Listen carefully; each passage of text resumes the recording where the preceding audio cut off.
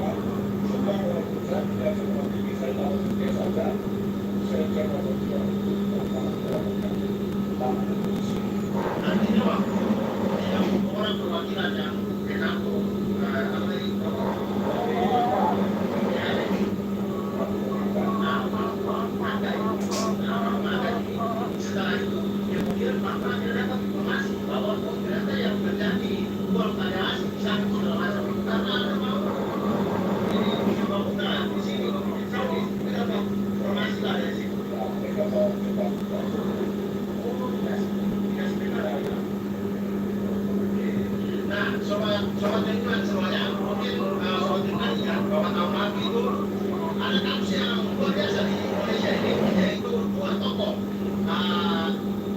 bukan satu tokoh ya, biasa orang bilang Pati Haris, itu dua orang yang berbeda, bukan Pati nama belakangnya Haris, bukan Pati Haris, itu dua orang yang berbeda. Nah, kata Pati Haris ini kemudian karena sempat dalam kasus yang kita semua bisa melihat bahwa mereka ngobrol soal riset, ilmiah, lalu kemudian disebutkan salah satu nama, salah satu tokoh, kemudian mereka bermasalah. Nah, riset ilmiah yang mereka bicarakan itu inilah yang mereka lihat ini riset ilmiah yang dibicarakan di podcast itu sebenarnya. Nah, riset ilmiah ini itu membicarakan tentang bagaimana industri ekstraktif ini masuk ke tanah Papua. Dan sayangnya besarnya kasus itu ternyata menjadi seperti David melawan Goliat, tapi esensi bahwa riset tentang riset itu tidak terlalu terangkat. Dan itulah yang membuat kayaknya kita orang awam seperti kita jarang mendengar riset ilmiah tentang bagaimana industri ekstraktif masuk ke tanah Papua. Nah, begini teman-teman semuanya, jadi saya mau bicara lagi dengan Bapak Emil dan Bapak Brian. Maksud kami yang apalagi saya ini memang dari kampung juga, tapi kampung saya kampung nelayan.